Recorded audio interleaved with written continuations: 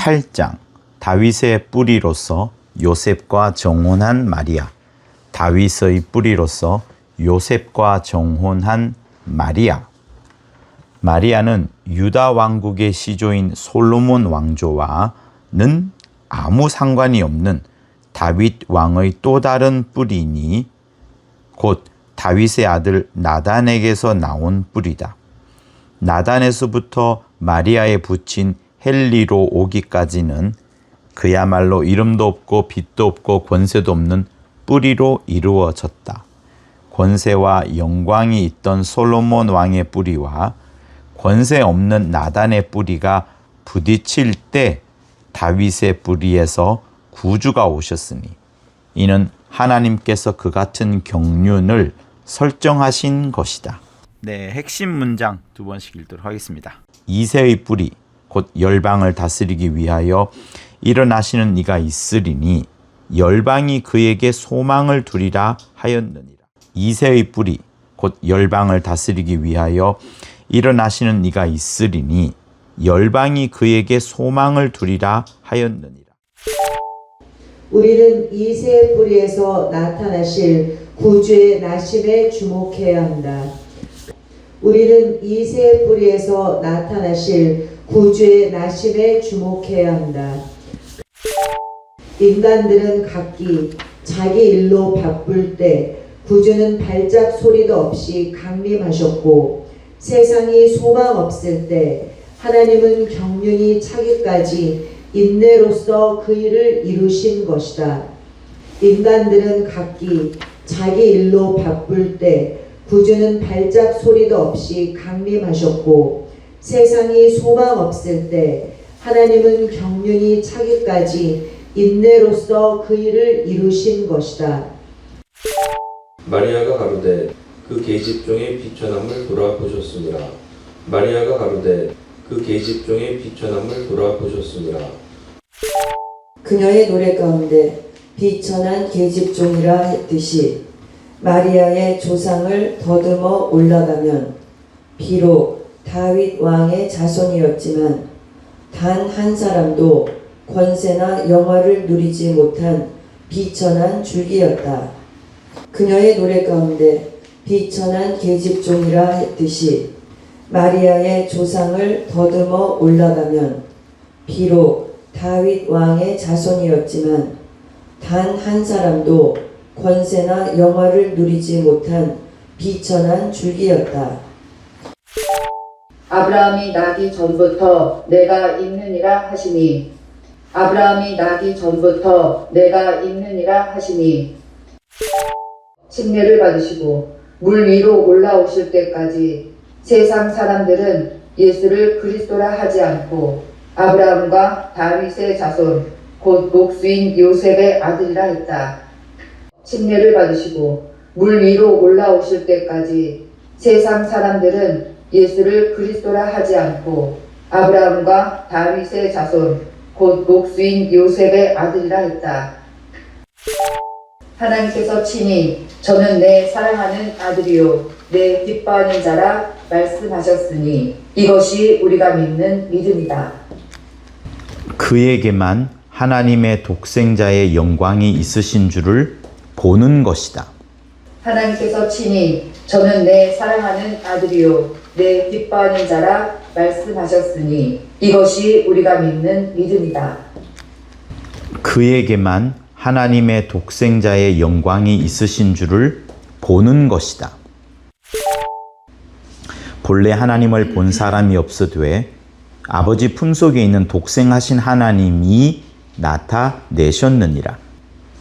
본래 하나님을 본 사람이 없으되 아버지 품속에 있는 독생하신 하나님이 나타내셨느니라. 그리스도의 영광의 복음의 광채가 비추지 못하게 함이니 그리스도는 하나님의 형상이니라. 그리스도의 영광의 복음의 광채가 비추지 못하게 함이니 그리스도는 하나님의 형상이니라.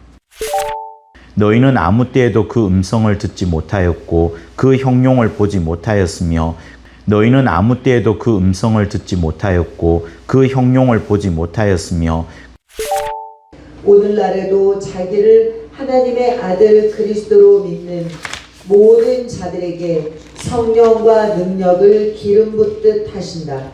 또한 믿는 자들에게 따른 큰 표적들을 주시며 함께 역사하심으로 그 다른 표적들로 그의 말씀을 확실히 증거하신다. 오늘날에도 자기를 하나님의 아들 그리스도로 믿는 모든 자들에게 성령과 능력을 기름 붓듯 하신다. 또한 믿는 자들에게 따른 큰 표적들을 주시며 함께 역사하심으로 그 다른 표적들로 그의 말씀을 확실히 증거하신다. 하나님의 나라는 말에 있지 아니하고 오직 능력에 있음이라. 고린도전서 4장 20절. 누구든지 성령으로 하지 않고는 예수를 그리스도라 할 수 없다고 했다. 하나님의 나라는 말에 있지 아니하고 오직 능력에 있음이라. 고린도전서 4장 20절. 누구든지 성령으로 하지 않고는 예수를 그리스도라 할 수 없다고 했다. 영생은 곧 유일하신 참 하나님과 그의 보내신 자 예수 그리스도를 아는 것이니이다. 영생은 곧 유일하신 참 하나님과 그의 보내신 자 예수 그리스도를 아는 것이니이다. 나는 아버지 안에 있고 아버지는 내 안에 계신 것을 내가 믿지 아니하느냐. 나는 아버지 안에 있고 아버지는 내 안에 계신 것을 내가 믿지 아니하느냐. 보라, 처녀가 잉태하여 아들을 낳을 것이요 그 이름은 임마누엘이라 하리라 하셨으니 이를 번역한즉 하나님이 우리와 함께 계시다 함이라. 보라, 처녀가 잉태하여 아들을 낳을 것이요 그 이름은 임마누엘이라 하리라 하셨으니 이를 번역한즉 하나님이 우리와 함께 계시다 함이라. 네. 네. 아직까지 본격적으로 인자에 들어간 게 아니라고 네, 맨 마지막 줄이 이제 보여지는 것처럼 여기 들어가려고 8장까지 왔나? 혹은 9장까지도 사랑인데 아직 안 넘어가시는 그런 부분이 지금 다시 한번 희미하게 느껴집니다. 자.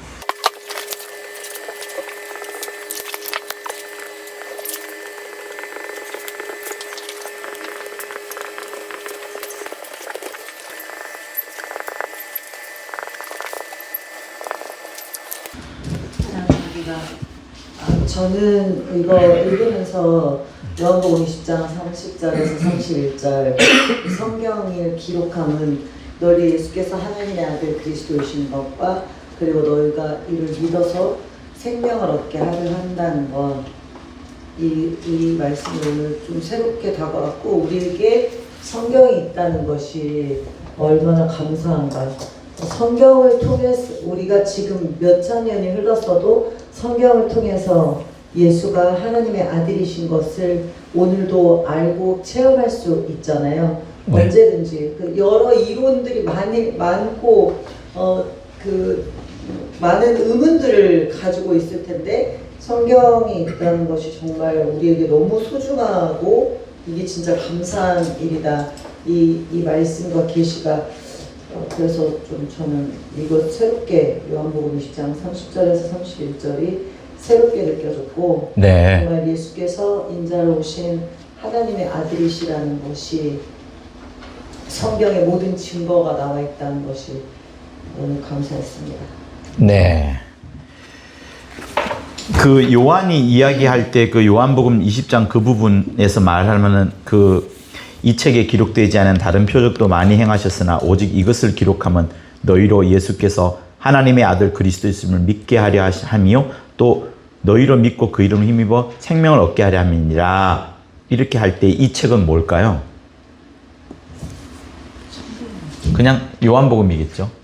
요한복음 자체. 네.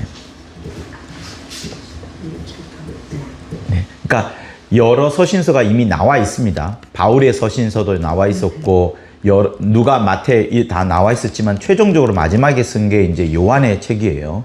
요한의 책. 네.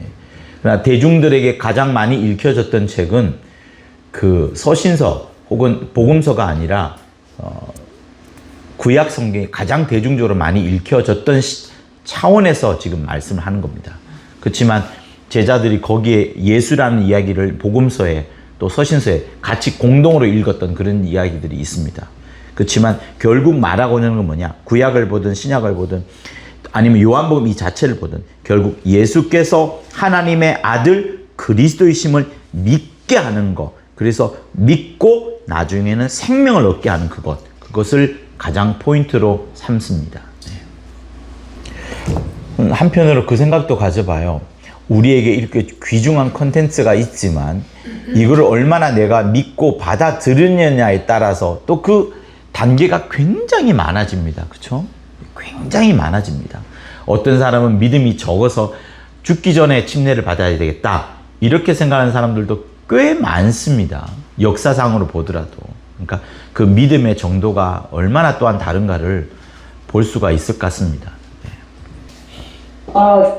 저는 오늘 그 누가복음 그 족보가 굉장히 좀 저한테 많이 다가왔는데 정말 막 여기 읽을 때마다 참 많다, 참 지겹다, 이거 어디까지 가나 막 이렇게 정말 많은 인생 그 사람들의 이름이 나오고 인생이 통과하는데 오늘은 이걸 이렇게 읽으면서 이렇게 많은 사람의 인생이 쭉 나열되어 있는데 한 사람의 인생이 120년 정도라고 하면 얼마나 긴 세월 동안 얼마나 많은 인생을 통과해서 예수님이 나셨는지에 대한 게 왔고 맨 처음은 하나님이시잖아요. 네. 네. 하나님이 아담을 통해서 그 많은 인생을 통과해서 결국에 그 많은 시간과 인생을 통과해서 결국에 예수님이 나오셨는데 정말 한 채 오차도 없이 모든 인생을 여기에 나온 사람들의 이름이 성경에 그 인생이 다 풀어진 게 아니잖아요. 그냥 이름만 있는 건데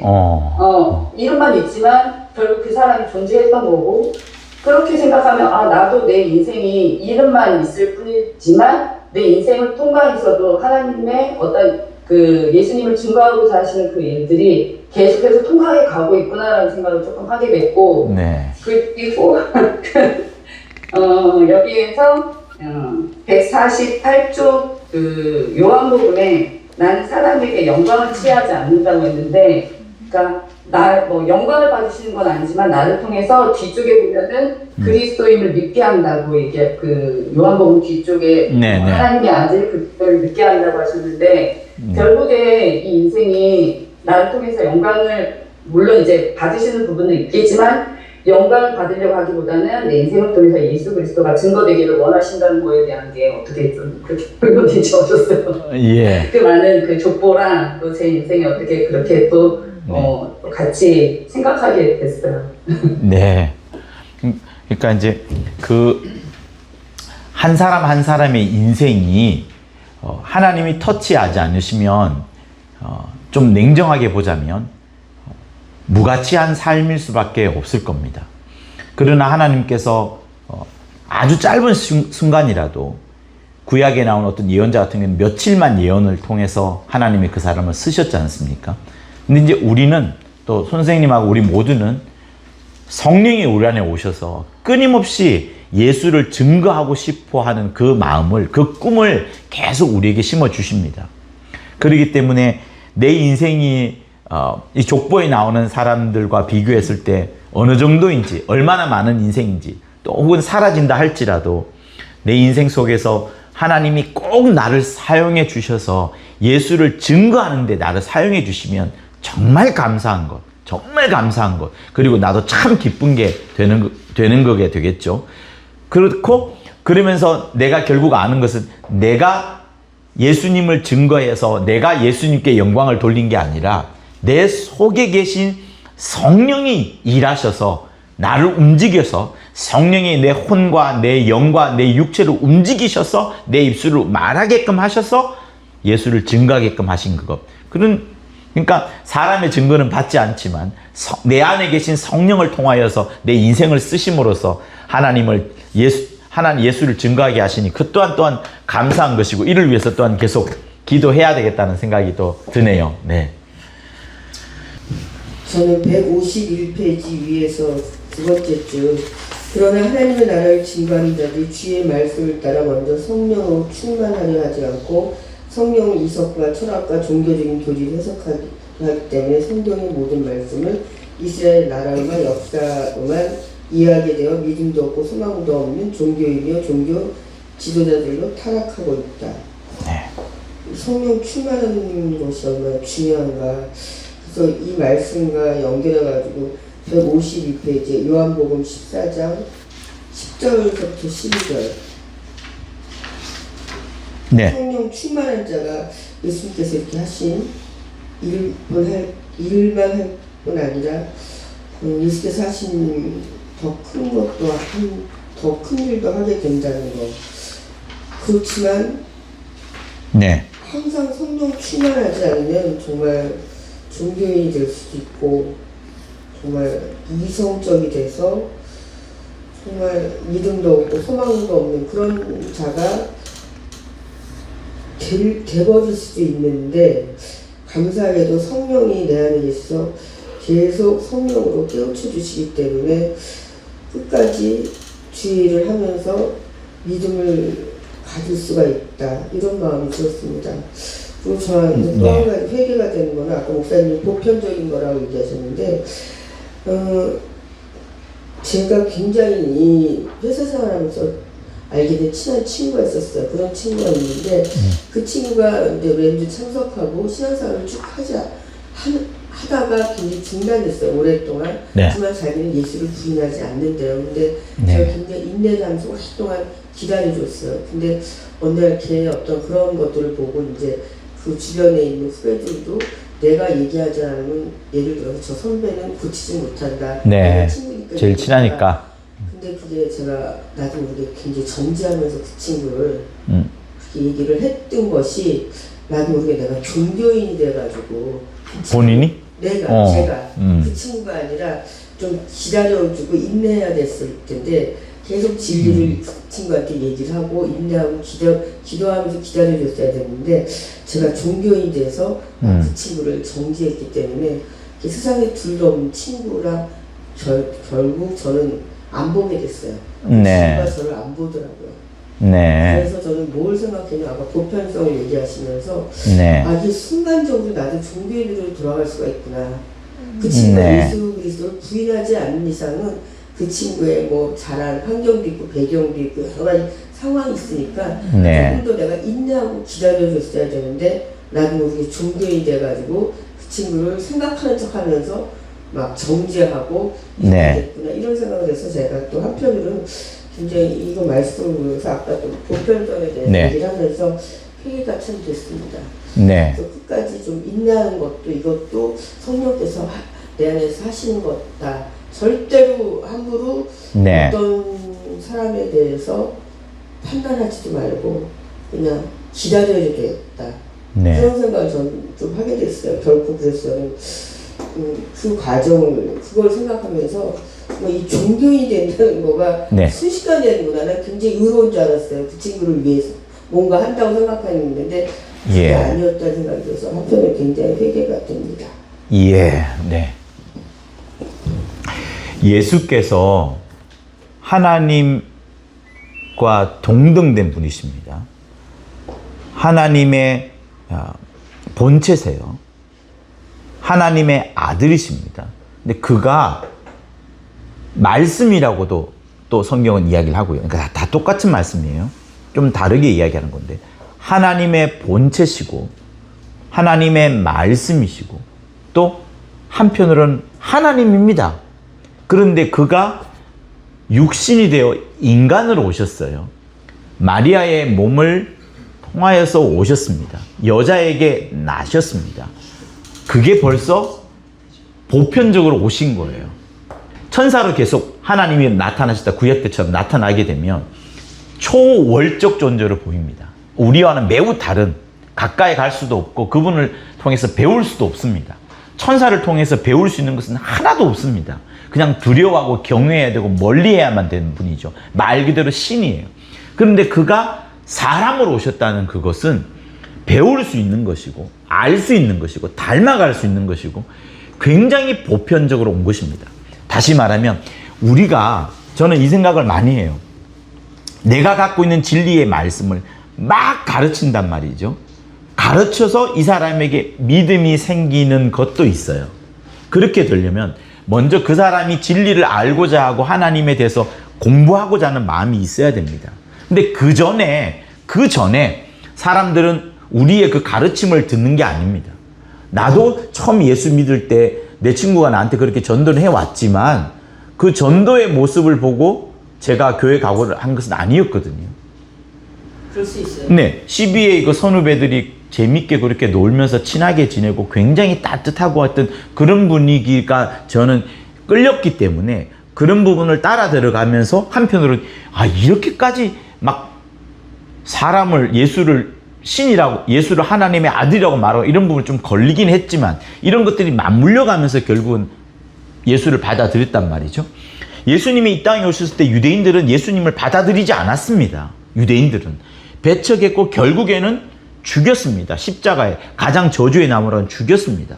그러나 그 지점을 우리는 잘 생각해 봐야 돼요. 그가 계속해서 신으로 천사로 있지 않고 초월적 존재로 있지 않고 영으로만 계시지 않고 말씀으로 오시면서 우리에게 굉장히 가까이 다가왔는데 이걸 우리가 어떻게 받아들이느냐. 얼마나 하나님은 보편적으로 오셨는데, 그러니까 인간으로 오신 것 자체부터가 우리가 보편적으로 오신 거라 생각을 해야 되고요. 거기서 보편성이 있는 것이고, 우리 역시도 세상에 지금 머물고 있습니다. 세상에 머물고 있는데 세상과 너무 동떨어지려고 하면 이 복음 못 전합니다. 세상 속으로 들어가야 되고, 그러나 때묻지 않아야 되는, 그래서 비둘기처럼 뱀처럼 지혜롭고 비둘기처럼 순결해야 되는 그런 양자적인 측면을 꼭 가져야 됩니다. 그런 부분을 아주 지혜롭게 가져야 됩니다. 그러니까 전사님께서 틀렸다 이 말은 아니지만 저도 매일마다 느끼는 부분들이 그런 부분들이에요. 어느 날은 이 사람과 이야기를 하다가 다툴 수도 있고 싸울 수도 있습니다. 멀리 봤을 땐 좋은 거지만 그런 모든 과정들을 통해서 또 한 번 우리가 배우고 또다시 자기 자신을 바꾸고 하나님이 원하시는 건 뭔지 생각해보고 하는 그런 부분들이 꼭 필요한 거죠. 내가 하는 것이 내 행동과 내 말이 먹혀 들어가야 됩니다. 먹혀 들어가지 않고 나만 고립된 섬처럼 둥둥 떠 있는 그것이 하나님이 원하시는 게 아닙니다. 먹혀 들어가야 됩니다. 진짜로. 저는 오늘 우리 마태복음에서 베드로가 신앙 고백을 하잖아요. 주는 그리스도시요 살아계신 하나님 아들이십니다. 예. 우리의 믿음, 또 하나님이 주시는 믿음, 그 영생, 이게 예수님을 하나님으로 믿고 그리고 그리스도로 믿는 것이다. 그걸 다시 좀 생각해 보게 되었어요.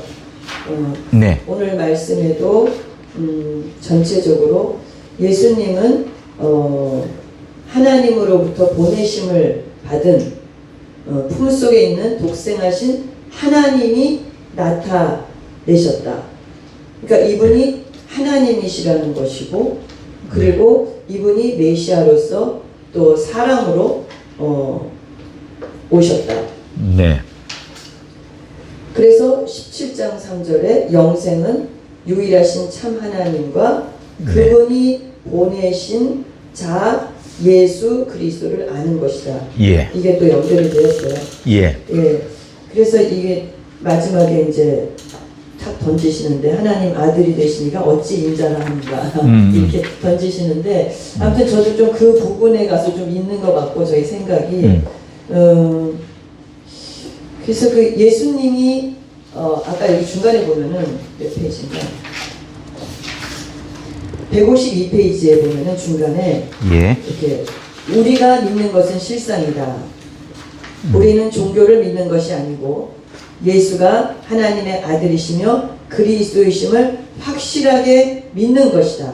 네. 예. 그래서 이 실상이라는 것이 실제로 얼마나 우리가 이걸 확실하게 예수가 하나님의 아들 하나님이시면서 예수는 그리스도라는 것을 얼마나 확실하게 믿어야 되는가. 그것이 믿음이다. 그거를 또 저 자신이 다시 돌아보게 되었고요. 그래서 이거를 아는 것이 체험하는 것이기 때문에 이것을 내가 체험해야 되겠다. 하나님의 아들이심을 체험하고 네. 그리스도이심을 내가 체험하는 것이 그 영생이고 믿음이다. 네. 그러려면은 성령의 존재가 너무나 절대적이다. 네. 그래서 또다시 이 아버지와 그 아버지께서 보내시는 아들과 또 이것을 내가 믿도록 역사하시는 성령 하나님께서 역사하시고 또 증거하신다고 하셨고 네. 또 우리로 하여금 더 큰 일을 하게 하신다는 것도 또 이분이 오셨기 때문이고, 그래서 아버지와 아들과 성령을 또 생각해 보았습니다. 네, 네. 그래요. 저는 그 여인의 후손으로 오신 예수님에 대해서 네. 저희 스승님이 저희들한테 되게 잘 가르쳐 주셨어요. 그때 굉장히 우리가 다 깜짝 놀랐거든요. 네. 그러니까 여자는 생물학적 유전만 할 뿐이지 영적인 유전을 하지 않는다라는 것을 말씀해 주시면서 그 하와 이야기에서부터 이렇게 해서 이제 이 마리아의 몸에서 나오신 예수님에 대해서 얘기했을 때 저희들이 굉장히 큰 충격을 받고 진짜 은혜를 많이 받았어요. 근데 그리고 나서 이제 얼마 안 있다가 제가 이 마태복음의 족보랑 누가복음의 족보를 빗대어서 설교하시는 그 김기덕 목사님 말씀을 들었을 때 그 무슨 말씀을 그러니까 저희 스승님께서 말씀을 굉장히 조리 있게 잘 가르쳐 주시거든요. 네. 근데 김기덕 목사님께서는 말씀 이게 도대체 무슨 말씀 하시는 거지? 네. 막 이렇게 생각할 정도로 약간 그렇게 됐는데, 갑자기 어느 순간에 그 말씀을 듣다가 이 족보를 막 읽으면서 이렇게 하신다 갑자기 그 여인의 후손이라는 정말 망치로 맞아서 이렇게 불이 번쩍하는 거 있잖아요. 그런 것처럼 그때 그 처녀가 잉타의 아들을 낳을 것이요 그 이름을 임마누엘을 하리라. 그게 네. 막 갑자기 그게 확 이렇게 뚫렸다고 하나? 그 말씀을 뭐 자세하게 설명해 주신 게 아니에요. 네. 그 설교 도대체 내가 그거 다시 찾아서 다시 듣고 싶은데, 그때 제가 엄청난 충격을 받았고, 네. 그때 이 예수님이 여자의 후손으로 오신 하나님의 아들이시며 하나님이시며 그리고 임마누엘이시라는 그거가 굉장히 크게 깨달아졌던 경험이 있어요. 네. 이걸 읽을 때마다 저는 그때가 생각나거든요. 근데 네. 그때 지금은 당연히 이렇게 되는데, 그때는 아는 얘기잖아요. 그 전에 우리 스승님한테서 들었었는데, 그때 그 성령의 역사에서 제가 깨달은 그때 그 놀람과 충격은 네. 그랬을 것 같아요. 네. 우리 모두가 아마 그때 대혼란이었습니다. 네. 환원 특강에서 할 때도 대혼란이었고, 근데 저는 궁금한 게 이제 선교사님의 스승님이 선제적으로 가르친 지식, 선제적으로 가르친 그 말씀, 그게 일단 궁금해지네요. 왜냐하면은 그 부분과 상치되거나 어떤 비교가 됐었기 때문에, 대비가 됐었기 때문에, 그 스승의 말씀이 지금 저희가 이 시무원의 이 영감을 받을 수 있었던 것은, 네. 1차적으로 우리 스승님이 잘 이렇게 가르쳐 주세요. 만약에 내가 처음부터 성락교회 가서 시무원 말씀 들었으면 도대체 무슨 얘기지 막 이랬을 수도 있을 것 같아요.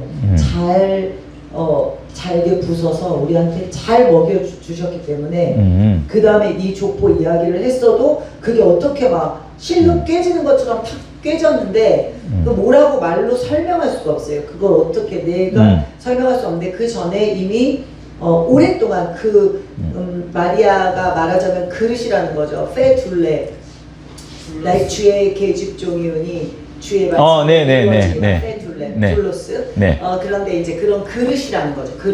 예수님이 그냥 오실 수 있는 밭이나 그릇이라는 것을 강조하면서 여자의 그 유전을 물려받은 게 아니라 그 영적인 유전은 남자를 통해서 오지만 결국은 그 남자의 그 혈통으로 오신 게 아니라 여자의 후손으로 오신 거잖아요. 그 네. 설명을 굉장히 자세하게 우리가 다 알아듣기 쉽게 그렇게 알려주셨어요. 네. 그리고 만약에 그분이 정말로 예수님이 진짜 내가 생물학적으로 낳은 내가 예를 들면 로마 병정하고 뭐 그때 막 그런 이슈가 있었잖아요. 그 로마 병정이랑 뭐 간음을 해서 아이를 낳았다는, 왜냐면 처녀가 잉태했으니까 뭐 그런 많은 그 비난의 소리라든지 그런 무슨 신학적인 막 그런 게 있었어도 네네. 뭐 그런 게 있는데 네네. 근데 만약에 그 엄마가 진짜로 자기가 낳은 자식이 내 눈앞에서 죽는다면 그때 가서 말하지 않겠냐고. 사실 네. 그 아들은 하나님 아들 아니라고 오히려 했을 것이다. 네.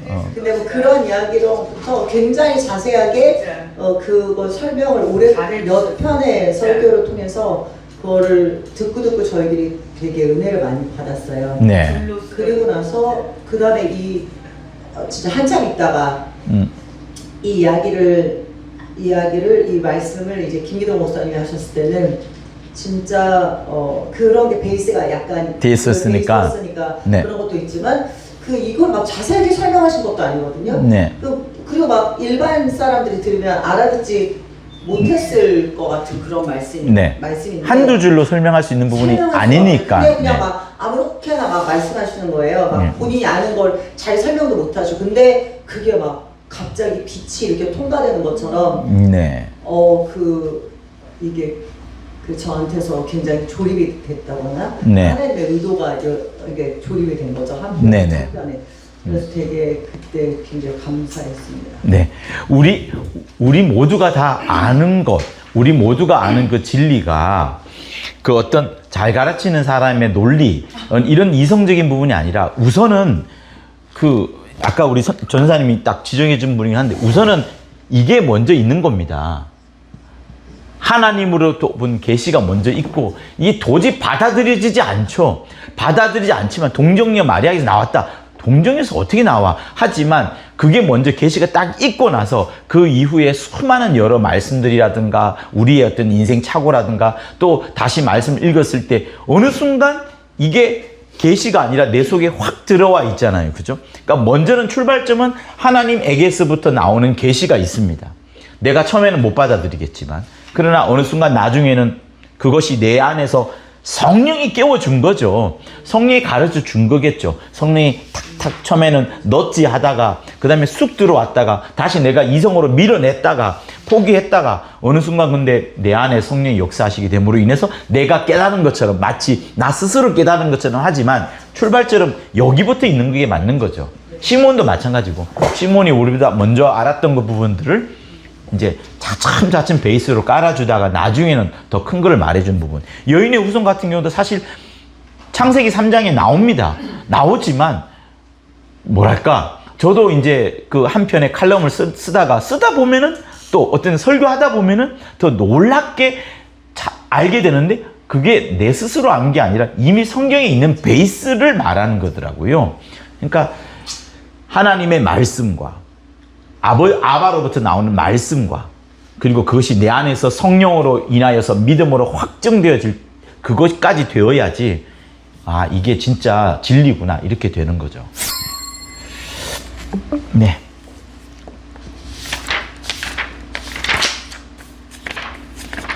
예, 저는 이제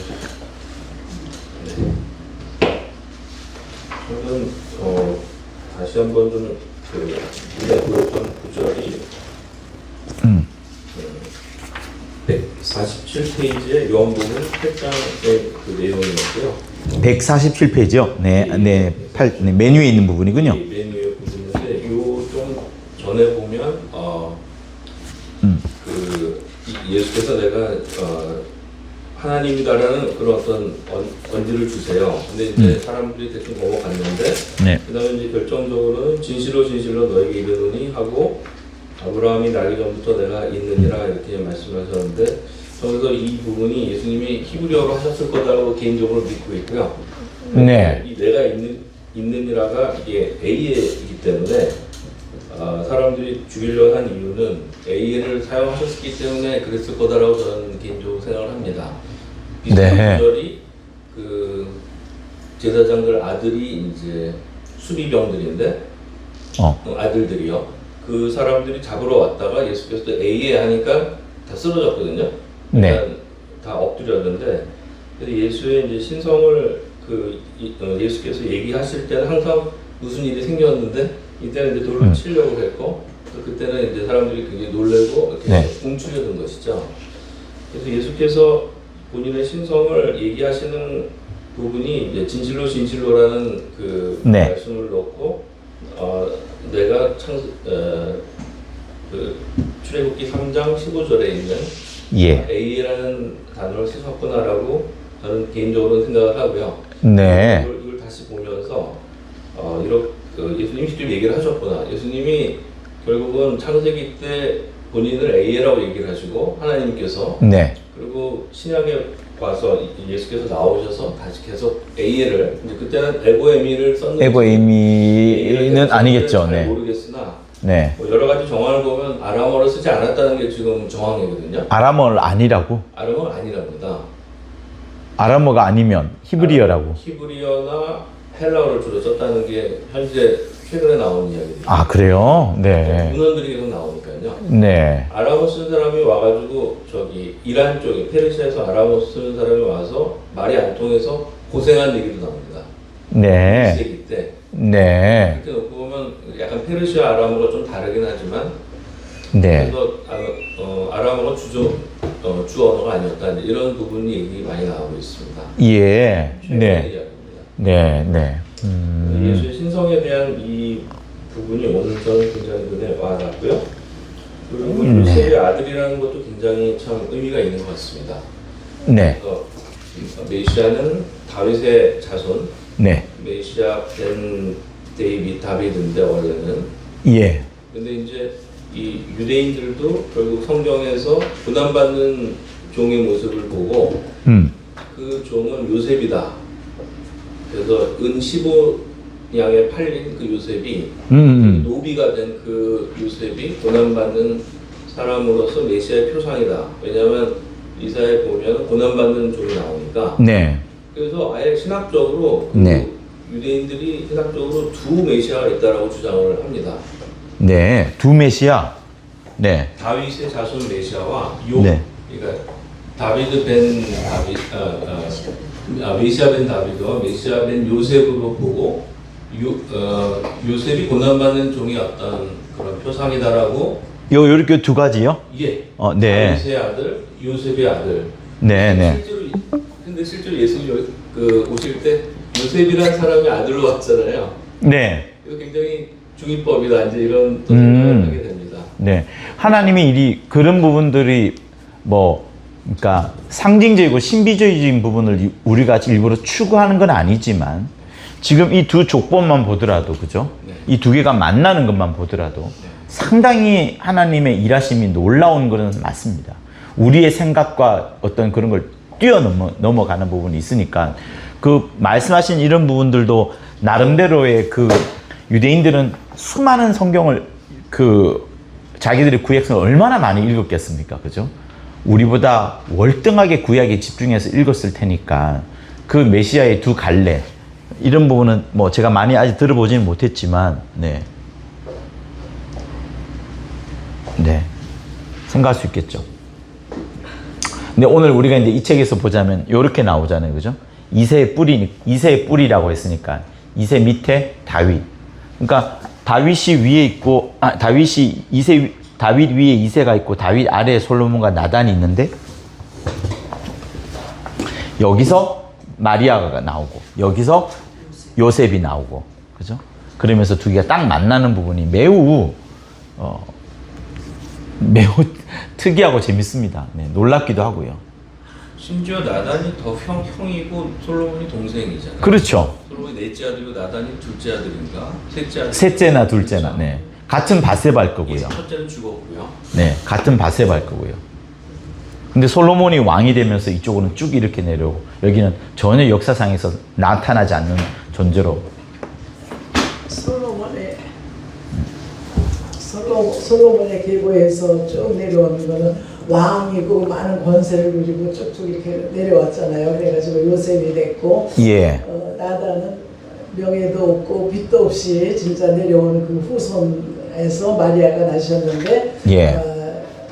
거기서 난 요셉은 그때 신약에 조금 나오다가 이제 이름이 없어졌어요. 예. 네. 찾아보기가 힘들어요. 그랬는데 마리아에게서 난 여인의 후손이라고 네. 말씀하신 창세기의 그 말씀이 예. 여기서 이렇게 이루어진 것 같아요. 예. 네. 네. 네. 단순하지만 하여간 그걸 좀 네. 알았습니다. 네. 그래서 심지어 요한복음에 나오는 마지막 순간 때 십자가에 달렸었을 때 예수께서 그 앞에 마리아와 요한이 있잖아요. 사도 요한이 있잖아요. 사도 요한이 있는데 그때 여자여 모친 마리아한테 여자여 보소서 아들이니다라고 할 때 아들이나 할 때 대부분의 뭐 대부분 아니지만 많은 수는 그 모친 마리아에게 그 요한을 소개시켜 주면서 이 요한이 앞으로 어머니를 잘 섬길 것입니다. 이렇게 해석을 하거든요. 근데 그 시몬도 그렇고 저는 시몬의 가르침하고 상관없이 이제 그 시몬의 천지 만물이라는 거 나름대로의 그 칼럼을 쓰다가 제가 그거 알게 된 거예요. 예수께서 그 창세기 3장에 나오는 그 말씀을 하시는 거라 저는 확신을 들었던 거예요.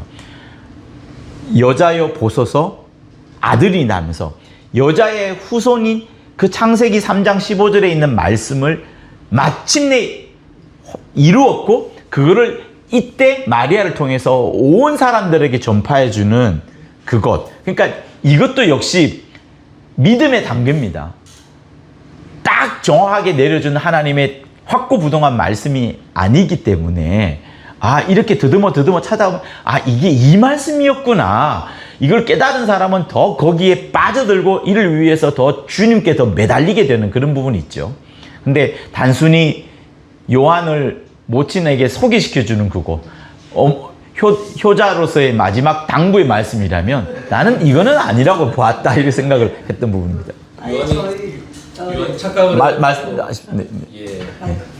요한이 착각해서 이거 무시라는 얘기구나. 착각을 해가지고 지금 많은 사람들이 그렇게 알게 된 것 같습니다. 근데 그것 또한 나쁘지 않습니다. 왜냐하면 요한이 그렇게 실제로 모친을 모셨고 그러면서 에베소에서 꽤 장시간 모셨다고 하거든요.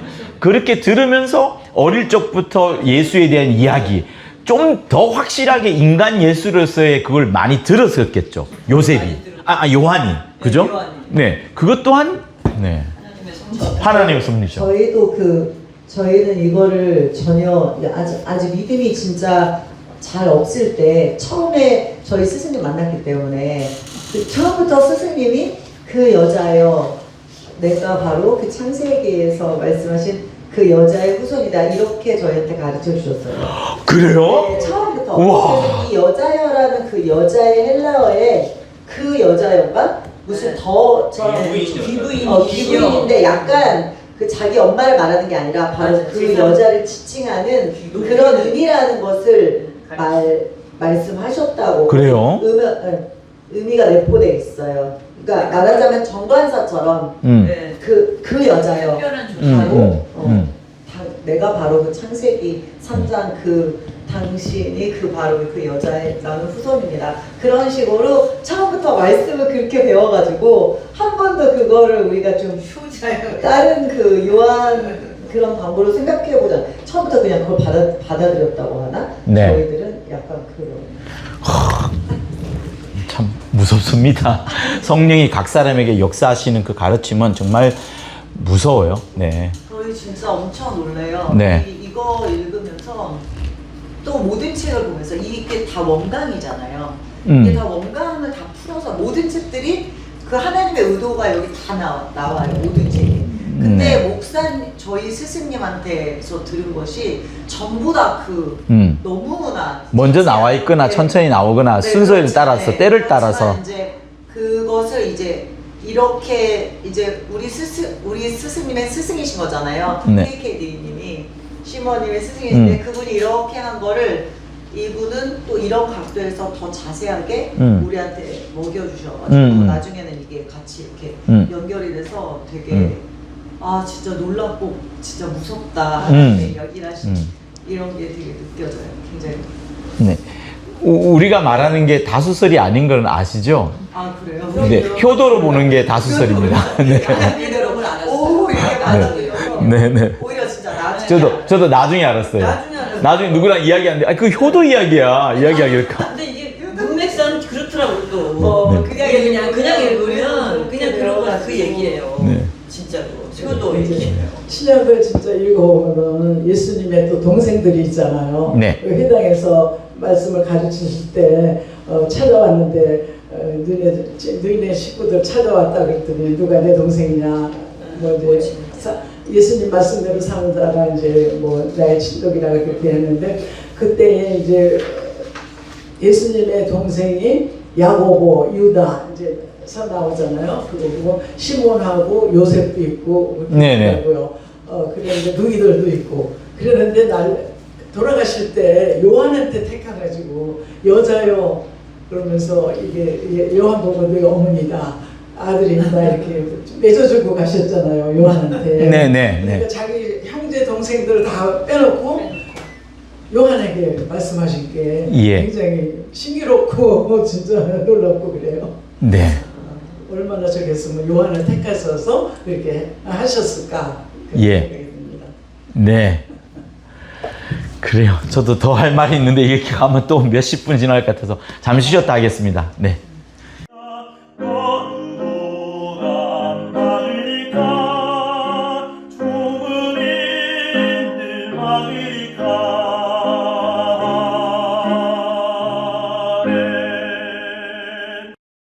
배려 스펙트럼 여러 스펙트럼이 있다 그러잖아요. 저는 이걸 부정적으로 보진 않아요. 왜냐하면 저는 항상 세 명이 걸어가면 그 중에 한 명은 스승이 있다. 3인 그 말들만 믿거든요. 항상 배울 게 있다 생각을 해요. 근데 이런 분도 있습니다. 내가 아는 게 가장 확실하고 그 배려권 내에서 내가 아는 게 가장 확실하고 내가 가장 많이 안다. 이렇게 되면 어떻게 되냐면 다른 사람하고 어울릴 수가 없어집니다. 저는 주님이 우리에게 가르친 최고의 모습은 교회거든요. 교회는 혼자가 아니라 반드시 공동체를 이루는 겁니다. 혼자 계속 있는 그 진리가를 누가 와서 받아들이겠어요? 새가족이 와서 누가 받아들이겠어요? 그렇잖아요?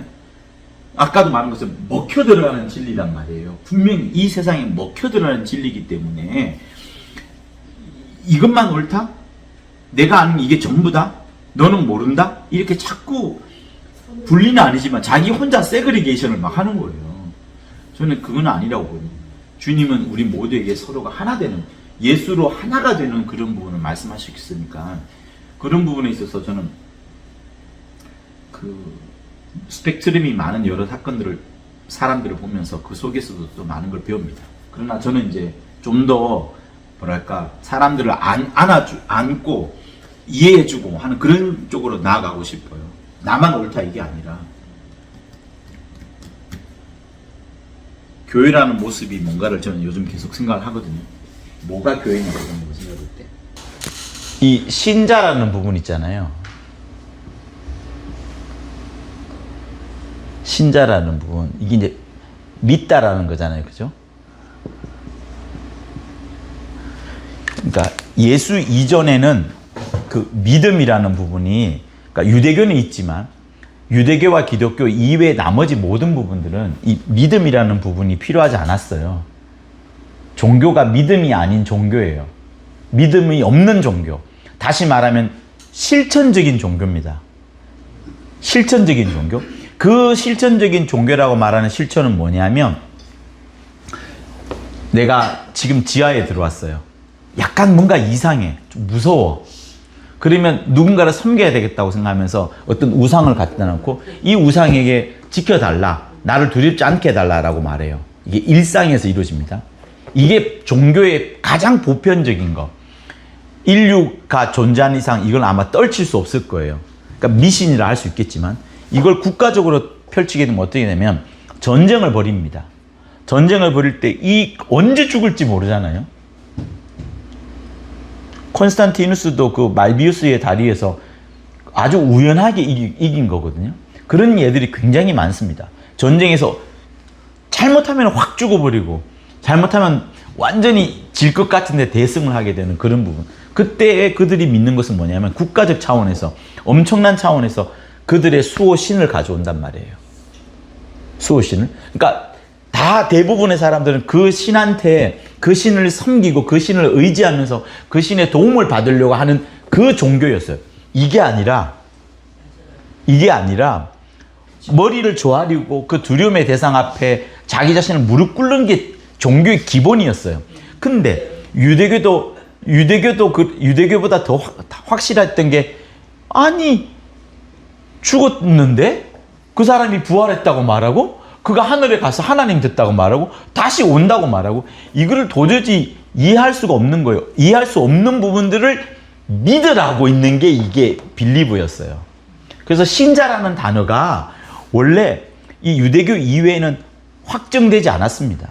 근데 기독교가 이제 막 퍼져나가면서 로마의 사회를, 로마 제국을 통해서 막 퍼져나가면서 신자라는 개념이 생겼던 거예요. 신자라는 개념. 그전에는 신자가 아니라 그냥 조아리는 거였다니까요. 무릎 꿇는 거였고 제사하는 거였고, 제사에서 믿음으로 완전 바뀐 겁니다. 우리의 신앙은. 그래서 빌리버 막연하잖아요. 그잖아요. 형상 앞에 무릎 꿇으면 끝나는 건데 뭘 그렇게 하냐, 왜 믿냐. 근데 기독교는 예배할 때마다 항상 눈에 보이지 않는 하나님이 있다라고 말하고, 눈에 보이지 않는 예수님이 이 자리에 있다라고 말하고, 그분을 찬양하고, 그리고 어떤 그들만의 어떤 전승이라고 할 수 있죠. 그 기독교 믿음을 계속 서로 주고받으면서 이야기하는 부분, 그걸 최고로 예배로 여겼으니까 전혀 이질적이었어요. 행동에 따른 신앙, 행동에 따른 종교. 기독교는 행동이 아니라 믿음에 따른 종교. 이 두 개가 굉장히 차이가 났었던 것이 실제 사례입니다. 근데 실제는 이제 기독교지가 믿음의 가정에서 자란 사람들보다 네. 어쩌면 이제 저희 같은 경우는 불교를 엄마가 있고 제사를 지내는 집안이기 때문에 네. 거의 예수를 처음 믿는다는 건 충격으로 다가와요. 하나님 지금 말대로 맨날 제사 지낼 때 우리 어릴 때 그냥 귀신한테, 조상들한테 절하고 그랬었잖아요, 사실. 네.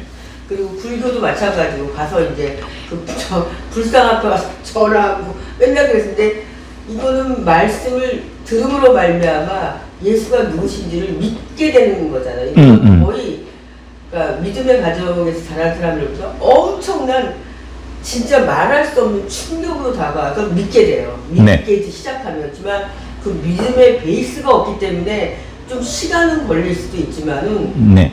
그러니까 사람마다 다 틀리겠지만은 거의 저는 충격이었어요. 네네. 거의.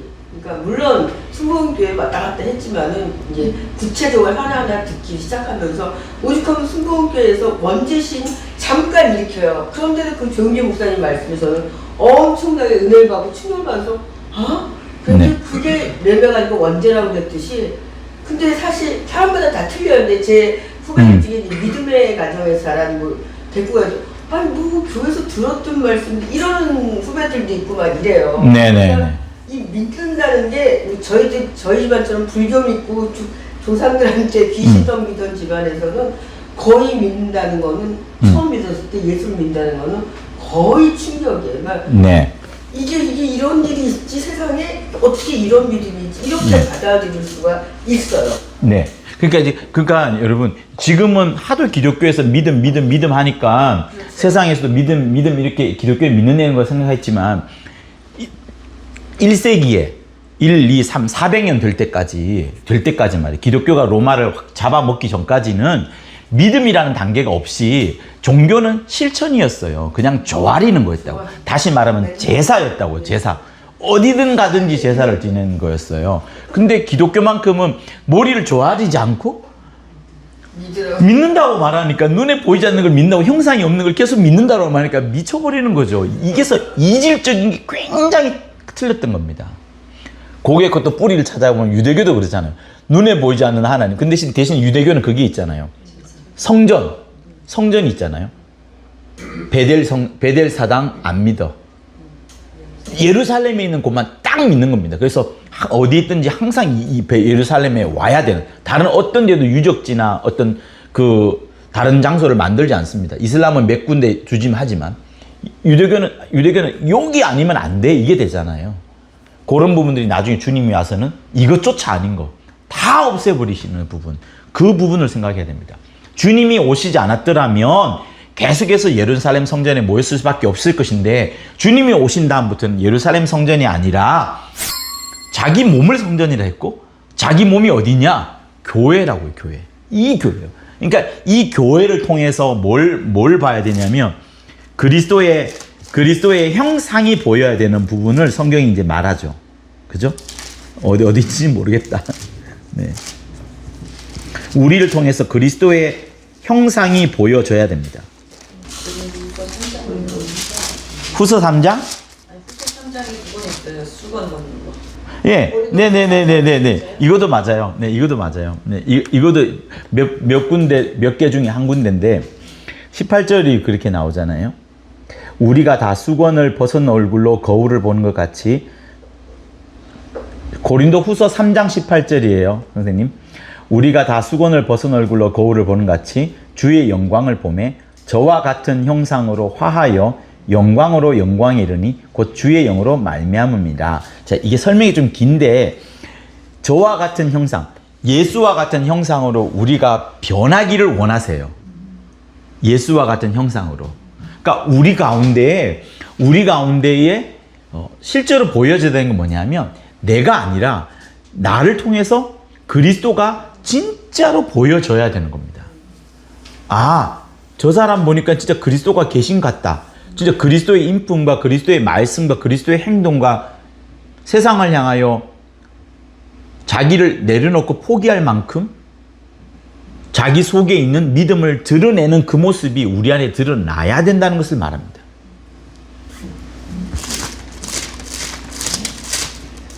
자, 로마서 한번 볼래요?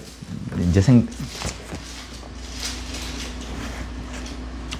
로마서 8장 읽어볼게요. 8장 28절 한번 읽어볼까요? 시작. 우리가 알거니와 하나님을 사랑하는 자 곧 그 뜻대로 부르심을 입은 자들에게는 모든 것이 합력하여 선을 이루느니라. 자, 모든 것이 합력하여 선을 이루느니라. 주어가 모든 것입니다. 그 모든 것이 합력하여서 종국에는 선을 이룬다라고 되어 있어요. 자, 근데 요걸 관주 성경에 보면 어떤 사본에 제가 읽어드리면 어떤 사본에 모든 것이라고 해서 것이가 주어가 아니라 하나님이 모든 것을 합하여 선을 이루시니라 라고 하면서 하나님이 주어로 되어 있습니다. 자, 그런데 종국적으로 제가 말하는 것은 뭐냐? 선을 이룬다. 이 선이 뭐냐는 거예요. 26절만 딱 보면 하나님께서 우리 일어나는 모든 일들을, 인생이라는 모든 일들을, 또 이 사람 저 사람 여러 부딪히긴 하면서 결국에는 아름다운 것 혹은 선을 좋은 것을 만들어 간다, 이렇게 볼 수 있는데, 그러면 28절의 전체적인 문맥에서 28절이 들어가 있는 이유가 따로 없습니다. 28, 그렇죠. 네네네, 이거예요. 여기서 말하는 선은 아들의 형상을 본받는 그게 최고의 선입니다. 그래서 이걸 찾아 올라가다 보면 26절까지 올라가요. 적어도 성령이 우리 연약함을 도우시나니 우리가 마땅히 빌 바를 알지 못하나 오직 성령이 말할 수 없는 탄식으로 우리를 위하여 친히 간구하시니라. 우리가 연약합니다. 부족합니다. 그러나 성령은 계속해서 우리 안에서 말할 수 없는 탄식으로 우리를 위하여서 계속 우리를 바꾸어 가시는 그 장면이 26절이에요. 27절. 마음을 감찰하신 이가 성령의 생각을 아시나니 이는 성령이 하나님의 뜻대로 성도를 위하여 간구. 성도가 뭐가 되길? 성도가 돈 많이 벌기를? 성도가 이 세상에서 만사형통하기를? 그거 아닙니다. 네, 아들을 본받고 아들을 닮아가기 위한 겁니다.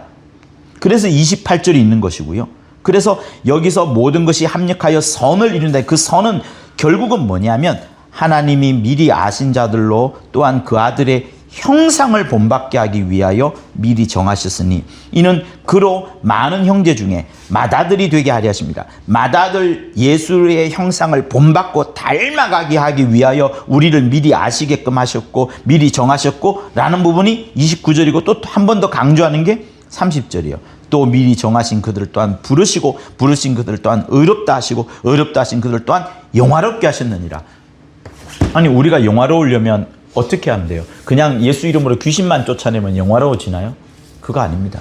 정말 그리스도를 닮아야 되는데 사람들이 나를 보고서 정말 예수가 계시구나 이걸 확정할 수 있을 정도로 아까 말했던 것처럼 말씀이 육신이 돼 우리 가운데 오시면서 우리가 그를 본 것처럼 사람들이 나를 봤을 때 그리스도 예수가 계시구나 이 교회는 정말 그리스도가 계신 것 같구나 예수가 살아계신 것 같구나 느껴질 정도의 그런 아름다운 선 그것을 말하는 겁니다. 그러니 내 안에서 예수가 풍겨지지 않고 세상에 대한 욕심과 탐욕과 이런 것들이 스명하게 보여진다 그러면 세상에 그 탐욕과 욕심에 찌들어 있던 사람들은 그걸 금방 낚아챕니다. 아, 이거 종교적 탈을 쓰고 있지만 결국은 이거 말하는구나. 결국 돈이구나. 결국 자기 배부르려고 하는 거야. 그거 세상 사람들 금방 눈치챕니다. 근데 예수님은 그러지 않았거든요. 초대교회는 그러지 않았거든요. 그들 가운데 굉장한 사랑과 용서와 그러면서도 눈에 보이지 않는 하나님에 대한 충성이 있었습니다. 그래서 여기서 말하는 합력하여서는 이걸 말하는 거예요. 아들의 형상을 본받아가는 그것. 그러니 내가 있는 교회와 내가 있는 공동체가 그리스도의 형상, 예수님의 흔적, 예수님을 닮아간 모습들이 나타나지 않고 다른 것이 드러난다 그러면 경쟁과 지배와 막 차지하려는 이런 것이 지배한다 그러면 사람들은 멀어지게 됩니다. 네. 이거 여기까지 오면 네네. 그러니까 보여줘야 됩니다. 우리가 보여줘야 되는 게 필요합니다. 내 말로서만 증거되어지는 게 아니라 정말 보여줘야 됩니다. 자, 책을 보도록 할게요. 자, 첫 줄부터가 이제 조금 처음 보는 사람들은 이해가 안 될 겁니다. 근데 이제 우리는 여기서 이미 계속 써왔던 것처럼 이새의 뿌리, 이새로부터 시작을 합니다. 이새가 뿌리가 된다는 부분. 근데 이새가 다윗을 낳고 이새가 열아들 중에 다윗 막내인가 그렇죠. 막내를 마침내 하나님께서 이제 기름 붓게끔 하시고 이 다윗을 통해서 이제 뻗어갑니다. 다윗이 수많은 아들이 있었지만 그 중에 솔로몬이 이제 다윗의 왕위를 계승을 하고 이렇게 쭉 내려갑니다. 중간에 이제 나라가 쪼개지면서 없어지긴 하지만 왕의 혈통, 왕의 가문이라는 그것은 계속 있어 왔습니다. 그래서 예수의 부친인 요셉도 마음속으로는 몰락한 왕가이지만 이 가문을 쫓아가다 보면 솔로몬, 다윗까지 있는다는 그런 생각은 갖고 살았을 겁니다. 그러나 나단으로부터 쭉 내려와서 마침내 마리아까지 이어지고 마리아의 바로 아버지가 헨리잖아요. 헨리인데 그들은 이런 어떤 중요한 계보를 뚜렷하게 알지 못했을 겁니다. 이쪽은 왕가기 때문에 충분히 갖고 있었겠지만 여기는 그런 부분들이 드러나지 않았으니까 시몬은 이쪽을 줄기, 그래서 명예롭고 유명하고 부유했고 강건했고 그래서 이쪽의 대수가 28대라고 말하죠. 28대가 이어서 쭉 내려오고 이쪽은 42대. 그러니까 부유하지 않고 가난했고 비천했기 때문에 빨리 죽습니다. 빨리 죽다 보니까 42대 이렇게 쭉 내려온다라고 말하죠. 그러면서 마침내 예수께서 여기서 딱 만나게 되는 부분. 이 부분들이 매우 신비롭습니다만 이것 자체가 어떤 하나의 댄 브라운이 말하는 것처럼 그런 부분은 아니겠죠. 아니지만 이런 부분을 통해서 하나님의 경륜을 바라보게 됩니다. 하나님은 이 둘 중에 한 가지를 반드시 택해라고 할 수 있는데 이쪽에 그 왕이라는 어떤 부분, 명예롭고 영광 있는 부분보다는 비천하고 이름 없고 무명의 이쪽 라인, 마리아 라인을 통해서 오히려 삼으신 부분들은 또 한 번 우리가 진리는 아니지만 하나님의 경륜이 이렇게 연약한 쪽에서 오신다라는 부분을 또 한 번 우리의 가르침 속에서 받아들일 수 있을 것 같습니다. 제 설명이 부족하지만 네, 그렇게 이해는 하실 것 같습니다. 자, 그 페이지의 밑에서 넷째 줄 보시면 하나님께서 그 같은 경륜을 설정하신 것이다. 그러니까 권세와 영광이 있는 솔로몬의 왕의 뿔이 권세가 없는 나단의 뿌리가 딱 부딪혔을 때 그 경륜을 통하여서 미리 하나님을 설정해 두신 것이다. 이렇게 말씀을 합니다. 자, 그리고 저는 참 많은 부분을 기도했던 부분이 142쪽에 있는데요. 6째 줄. 인간들은 각기 자기 일로 바쁠 때 구주는 발작 소리도 없이 강림하셨고 세상에 소망이 없을 때 하나님은 경륜이 차기까지 인내로서 그 일을 이루신 것이다. 그러니까 우리는 모릅니다. 우리는 모르고 시간이 지나갑니다. 결혼하고 장가들고 죽고 하는 수많은 세월들 속에 있지만 하나님은 때가 딱 찼을 때에 때가 딱 차기까지 수많은 인내와 수많은 기다림이 있습니다. 그 때가 찼던 부분들을 저는 생각을 하게 되면서 정말 내 인생 하루하루가 정말 소중하구나. 이 하루 인생이 내가 지금 선교지에 있지 않지만 주일날 교회에 있지 않지만 이 나머지 주 6일간의 평일간의 삶 속에서도 하나님이 늘 살아계신 것처럼 하나님이 지금도 나와 함께 하시는 것처럼 그 때가 올 때까지 정말 기다리고 인내하면서 그러나 지금 하나님이 나와 함께 하신 것을 늘 보여줄 수 있어야 되겠다라는 생각을 가져보았습니다. 발작 소리도 없이 세상에 소망이 없지만 하나님은 당신의 일을 계속 진행하십니다. 언제 딱 하고 호령을 부르는 순간 이 세상은 이제 주님을 보아야 되는 그런 시점이 다가옵니다. 자, 143쪽 둘째 줄. 마리아의 남편 마리아를 통해서 그리스도가 잉태되는 부분에 대해서 성경은 미리 말했으니 아브라함의 처 사레에게 하신 하나님의 언약이다라고 말하면서 사레 사건으로 이제 넘어갑니다. 그죠? 그러니까 이 아브라함과 사라의 이 사건을 보면서 우리가 알아야 될 부분은 뭐냐? 이건 역시도 불가능한 부분입니다. 근데 그 이삭은 유전자가 누구 유전자일까요? 여러분 한번 생각해 보신 적 있어요? 예수님의 유전자는 누구의 유전자예요? 유전자로 말하면 제가 죄송하네요. 그렇죠? 유전자는 우리가 과학적으로 발견한 것이겠지만 그러면 이삭의 유전자는 누구의 유전자죠? 이스마엘은 누구의 유전자죠? 아브라함하고 누구요? 하갈? 네. 그러면 이삭은요? 이삭의 유전자는? 사라하고 아브라함이겠죠. 그렇죠? 경수가 끊어졌고 많이 늙은 몸이지만 그는 분명히 사람입니다.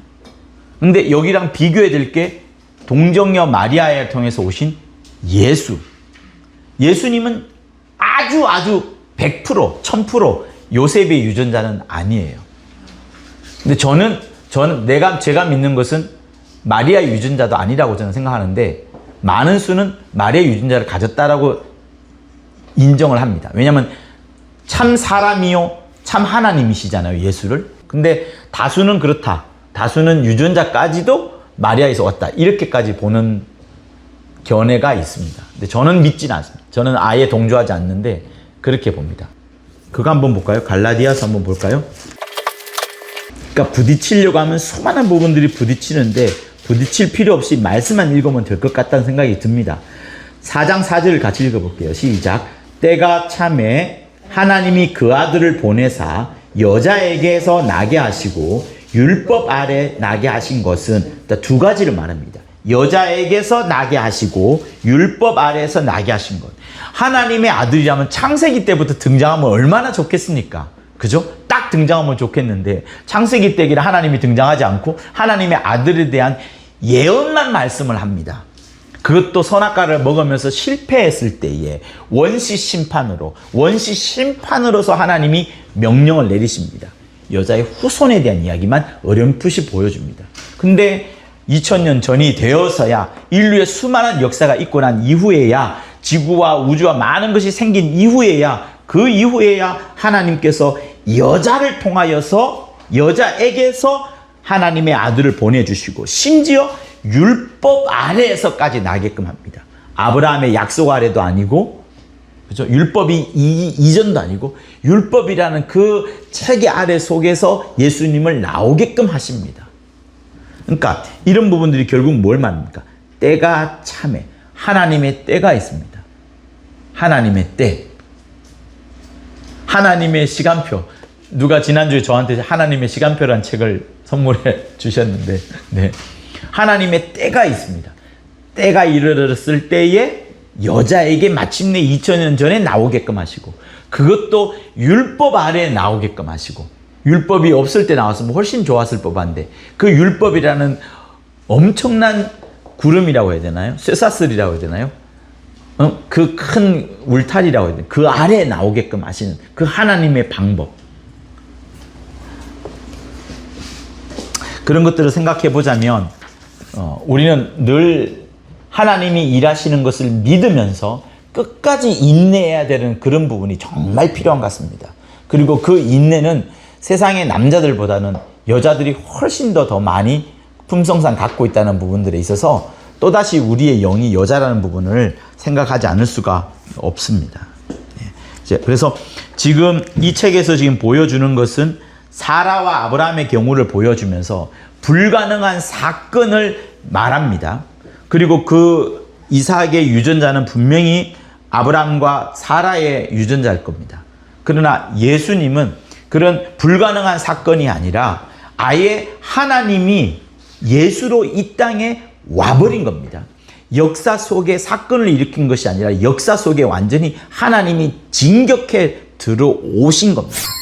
놀라운 사건입니다. 그의 유전자가 뭐냐 이런 부분은 말할 필요도 없는 말씀이 육신이 되어 오신 것이다. 이렇게 생각하면 저는 오히려 다투지 않고 끝날 부분이라 생각이 듭니다. 그래서 그 부분을 한번 봐주시고요. 맨 처음에 네, 마이크. 네. 말씀이 로고스잖아요. 근데 저희가 저희 스승님한테 배울 때는 로고스는 인성과 신성을 가지고 있는 인격. 네. 그러니까 인성도 가지고 계시다는 거죠. 그러니까 마리아를 통해서 인성이 형성된 것이 아니라 네. 태초부터 인성도 가지고 계신 거죠. 예. 그런데 제가 말한 거는 50%의 설에 봤을 때 최대 다수설은 마리아에게서 인성을 가지고 왔다. 이렇게 보는 겁니다. 그래서 저는 그거는 믿지 않는다. 그러니까 그러면서 유전자로 이야기했을 때는 마리아에게서 유전자가 왔다. 이렇게 보는 거예요. 그게 다수설입니다. 근데 저는 저의 신앙에서는 그건 맞지 않다라고 저는 하는 거죠. 예. 성사님 말씀하신 게 아주 깊이가 있는 거예요. 예수께서 말씀으로 계실 때 이미 인자로 오실 부분을 갖고 계시거든요.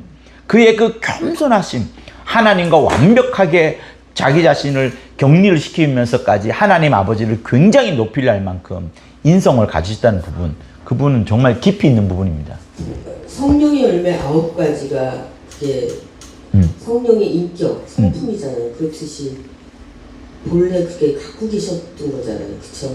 성령의 그렇게 보셔도 되죠. 9가지가 그게 하나님의 인격이라고 그렇게 저는 알고 있어서 네. 우리 안에 그 성령의 열매 9가지가 나타나기 시작하잖아요. 시간은 물론 다 개인마다 뭐 이게 어떤 부분이 이렇게 나타나고 어떤 부분이 이렇게 나타나지만 그렇기 때문에 원래 이런 성품이다. 성령의 열매가 지금 우리한테 나타나는 것은 원래 하나님이 갖고 계시던 성품이기 때문에 네. 지금 우리 안에 계신 성령을 통해서 나타나기 시작한다. 뭐 개인차가 있을 수는 있겠지만요. 네. 그렇죠. 네네. 근데 그 부분보다도 그 부분이 틀리진 않았어요. 뭐 그러나 저는 이제 좀 더 붙는 부분이 지금 이 선생님 말씀하신 것처럼 예수께서 여기 누가 오신 것 같아요. 예수께서 이미 말씀으로 계실 때 아버지와 아들과 성령이 하나로 계실 때 그때 아들 예수 말씀이신 그분은 인성을 갖고 계셨다. 이게 사실은 더 맞는 겁니다. 인성을 갖고 계신 분이 그러니까 성령으로 우리 안에 들어오셨어가지고 우리를 통해서 그 인성을 좀 드러내고 계시다. 그러죠. 네네네네. 그렇죠. 그 성령이 자기 그냥 임의의 것이 아니라 말씀이 있는 그걸 가지고 보여주시겠죠.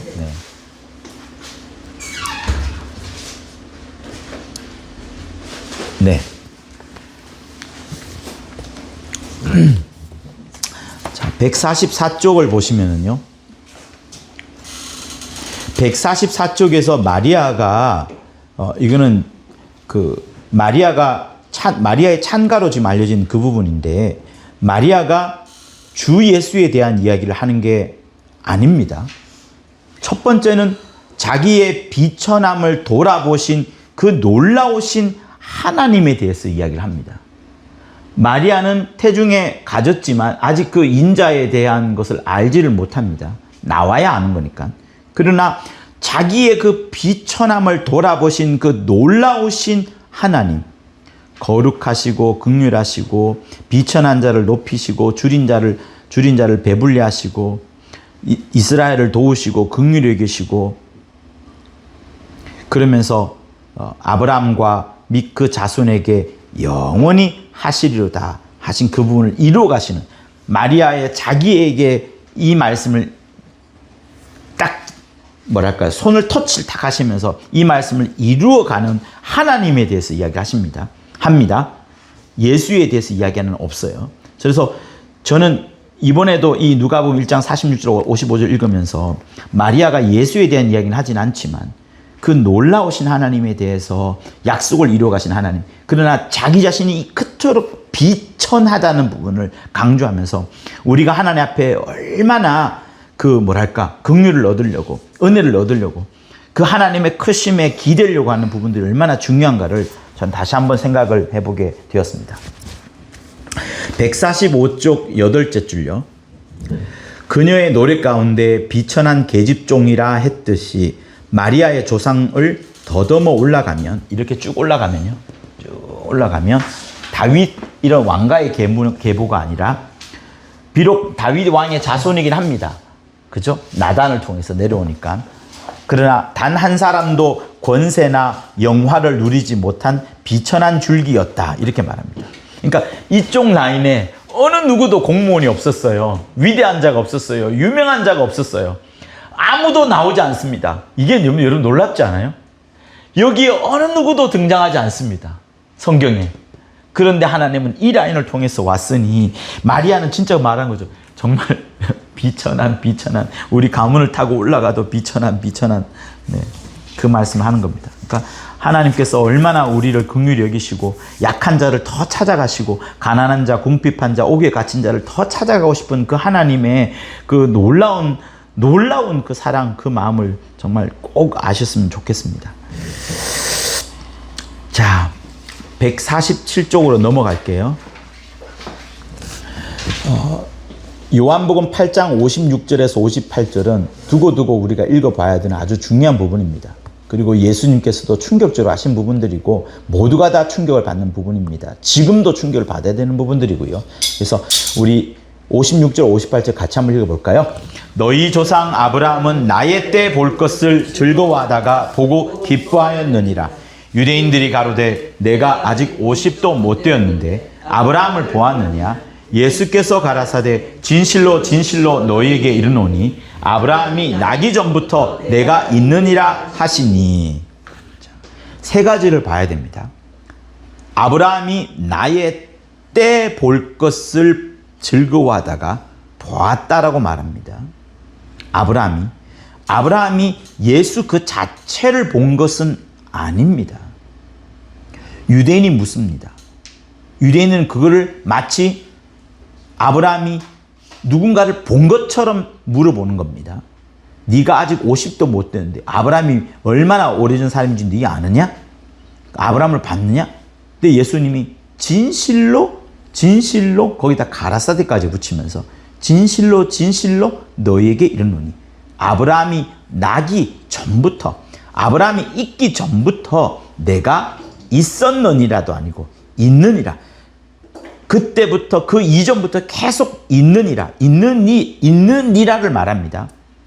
그러니까 아까 장로님께서 말씀하신 에고 에이미 혹은 에흐에 그것처럼 내가 있느니라 라고 말씀합니다. 그러면서 사람들이 예수를 돌로 치려 하죠. 신성모독도 이런 신성모독이 없다라고 할 정도로 자기 자신을 드러냅니다. 왜? 주님은 거짓말할 수 없기 때문에 사람들의 이런 대화 가운데에 진실이 드러날 때는 진실로 말할 수밖에 없기 때문에 주님은 이렇게 말씀을 하셨던 겁니다. 자, 이어서 그 누가복음 20장이 아주 또 잘 정해주고 있어요. 다윗이 말합니다. 시편에 주께서 내 주께 이르시되, 그러니까 여기서 여러분 두 존재를 봐야 돼요. 한 존재가 한 존재에게 말하는 게 아닙니다. 그죠? 주께서 내 주께 이르시되, 두 존재가 있어요. 다윗이 친히 말하는데 주께서 내 주께 말합니다. 내가 네 원수를 내가라고 말하는 주가 있고 내 원수할 때 그 내 주가 있습니다. 다윗이 그걸 보는 거예요. 듣는 거예요. 내가 네 원수를 네 발의 발등상으로 둘 것인데 그때까지 나의 우편에 너는 앉아 있으라 라고 말하는 것을 다윗이 듣는 겁니다. 그럼에도 불구하고 듣는 거예요. 그러니 지금 다윗이 듣는 것은 두 주가 있는 겁니다. 그렇게 일단은 보십시오. 그런데 다윗이 그리스도를 주라 칭하였다. 지금 당장에 그리스도를 본 것은 아니지만 다윗이 지금 보고 있는 그 두 중에 하나는 그리스도인 거고 그 그리스도를 주라 칭합니다. 그런데도 어찌 다윗의 자손이 되겠느냐 하시면서 사람들에게 엄청난 질문, 엄청난 퀘스천을 던져버리죠. 일전에 제가 우리 다니엘서 한번 볼까요? 다니엘서 7장.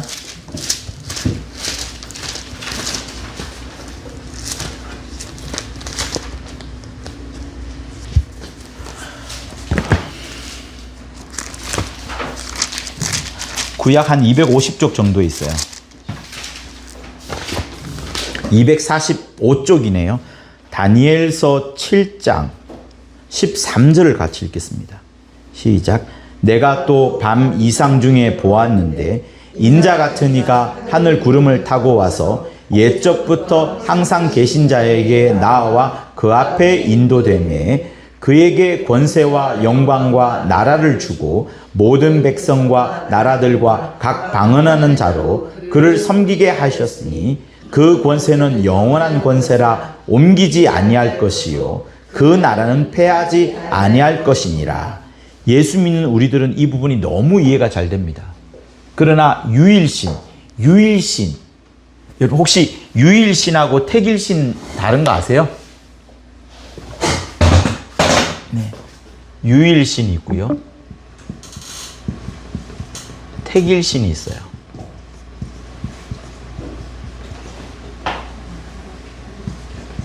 택일신주의가 뭘까요?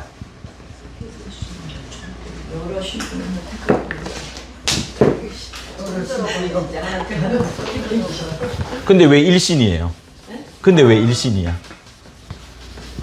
그럼 다신주의가 되죠. 그럼 다신주의라 하면 되지. 콘스탄티누스가 어디였을까요? 여기일까요?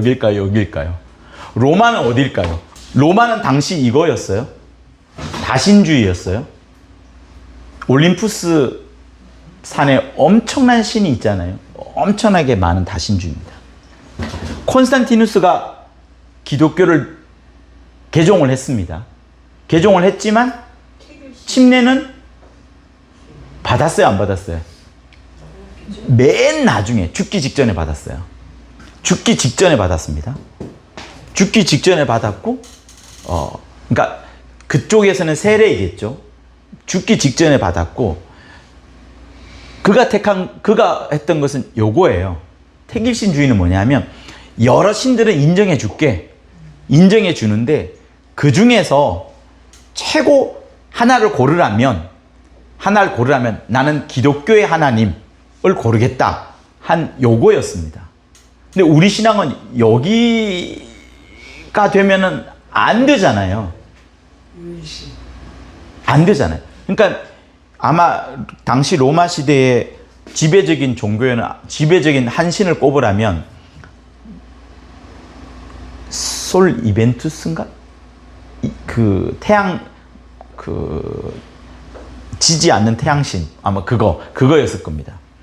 그러니까 그거를 가장 높은 쪽에 두었던 거든 신들 중에.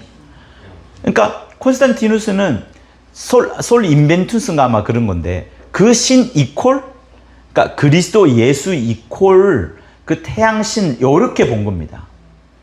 그렇게 보면서 기독교를 믿었던 거예요. 완벽하게 이쪽으로 믿은 게 아니라.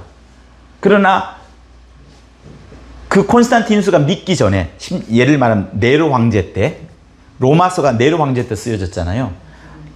기독교를 박해하던 그 수많은 황제들 그 황제들이 싫어했던 부분은 뭐냐면 기독교가 이거였더라면 그들을 싫어하지 않았을 겁니다. 근데 기독교가 이거였기 때문에 그 기독교인들을 박해하고 싫어했던 겁니다. 왜냐하면 로마 신들 앞에 절하지 않거든요. 가정에 와서 예배 드린다고 하는데 형상도 없는 자에게 예배를 드린다고 십자가에 죽은 자에게 예배 드린다는 그거에 충격을 받았던 겁니다. 그러면서 한 분 그 하나님 한 분이 유일하게 아들을 이 땅에 사람으로 보내주신데 그분이 예수 하라고 말해서 이쪽을 계속 말을 하고 하는데 당시의 사람들은 이 부분이었어요.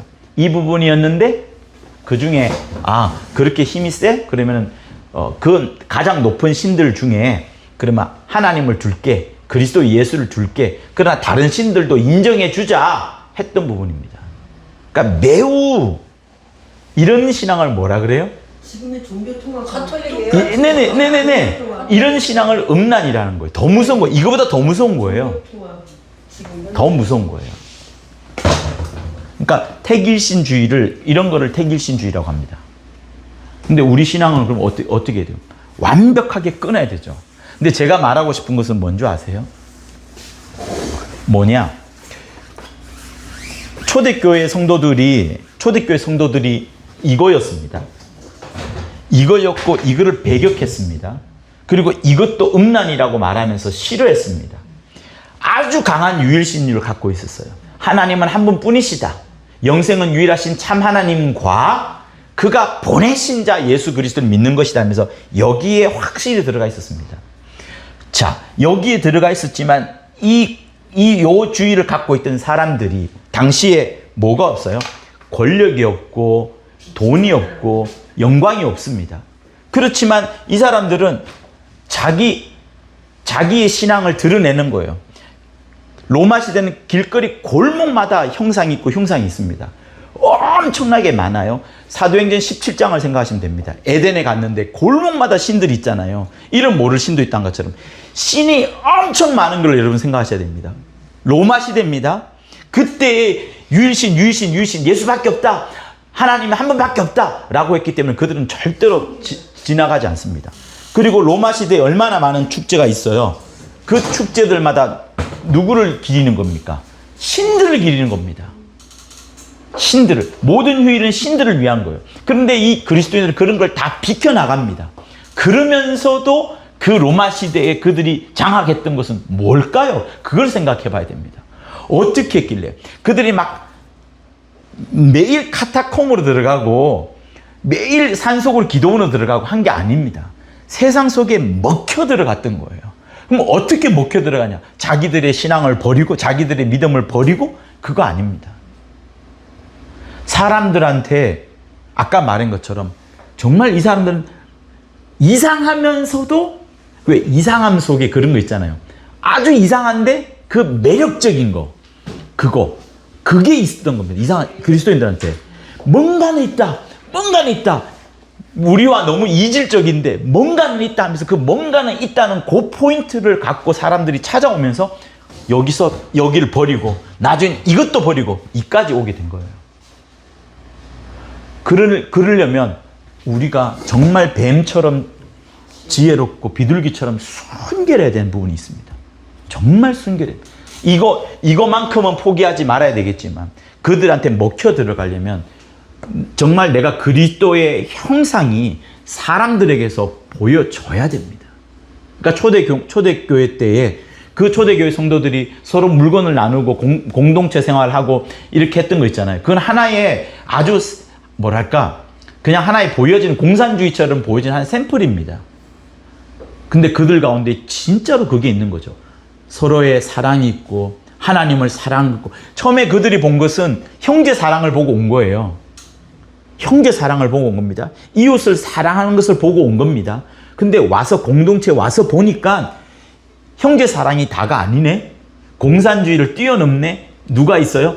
하나님이 보내신 예수. 그리고 그 예수를 믿었더니 어느 순간 내 안에 성령이 들어오셔서 방언을 말하게끔 하거나 예수가 정말 주님이구나라고 고백이 터져 나온, 그래서 성령이 아니고서는 주라 고백할 수 없느니라 나온 그것도 이 로마 시대 당대 이런 수많은 신들 가운데에 드러나는 겁니다. 여기까지 왔다가 이까지 넘어가는 거. 근데 저는 콘스탄티누스 같은 경우는 이쪽 주위에 머물면서 마지못해 그 침례를 받지 않았냐 생각이 드는데, 그래서 좀 놀라워요. 왜냐하면 그 뒤에 모든 황제들은 다 종교가 뭔지 아세요? 전부 다 기독교였어요. 딱 한 사람 빼고. 딱 한 사람이 있었는데 뭐 율리아누스 황제인가 아마 그럴 겁니다. 근데 그 사람이 2년 만에 죽었잖아요.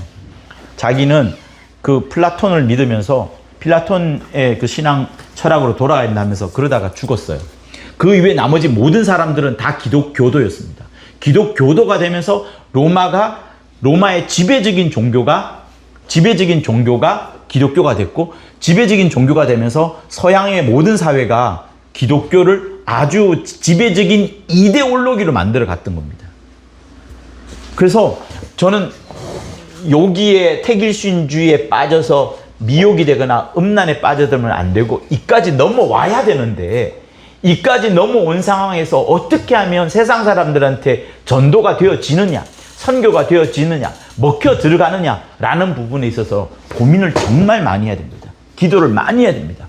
그래서 우리 공동체가 한마디로 말하면 나쁘게 보이면 안 되고 정말 먹혀 들어가는 공동체로 보여야 되고, 그런데 왔는데 벌써 보니까 예수로 충만하구나, 하나님으로 충만하구나, 성령으로 충만하구나, 병고침도 나타나구나, 눈에 보이지 않는 하나님이 정말 계시구나 라고까지 보여줘야 되고, 그전에는 우리의 모습들은 형제 사랑처럼 아주 남을 섬기고 대접하는 이런 것들이 완전히 포기되고 없어져 버리면 안 된다는 것을 말씀하는 거예요. 147쪽을 보시면, 여기서는 설명이 많이 길진 않습니다만 하단에 보시면요, 맨 아래 보시면 그 요단강에서 이제 침례를 받고 올라오시잖아요. 올라오시면서 하나님의 선포가 있습니다. 하나님의 선포가 있으면서 물속에서 다윗의 자손, 목수인 요셉의 아들이 죽습니다. 장사가 지내는 거예요. 왕의 가문이라는 그 가문이 장사를 지냅니다. 완벽하게 장사를 지내고, 이는 내 사랑하는 아들이요 기뻐하는 자라 하시는 천상에 있는, 다시 말하면 천상 천하 어디에도 계신 그 아바의 유일하신 아들, 그것이 선포되어지는 것이 침례 때 장사 지내게 되고 드러나게 되는 부분, 그 부분을 좀 더 강조를 하고 싶었었는데 하고 싶습니다. 네. 그리고 나서 다음 페이지 넘어가면 요한복음 1장 18절 나오고 고린도후서 4장 4절에 나오는 그리스도는 하나님의 형상이니라 라는 부분이 이제 있습니다. 그리고 148쪽 밑에 부분 요한복음 5장 37절에 41절 부분은 우리 손 선생님도 그렇고 우리 이본 선생님도 그렇고 말씀했던 것처럼 강조했던 부분들이죠. 내 인생 가운데에 성령의 큰 역사가 있어서 예수님을 증거하는 자, 예수님을 증거하는 인생이 정말 되기를 바라는 그 마음들이 여기서 보여집니다. 자, 151쪽을 볼게요.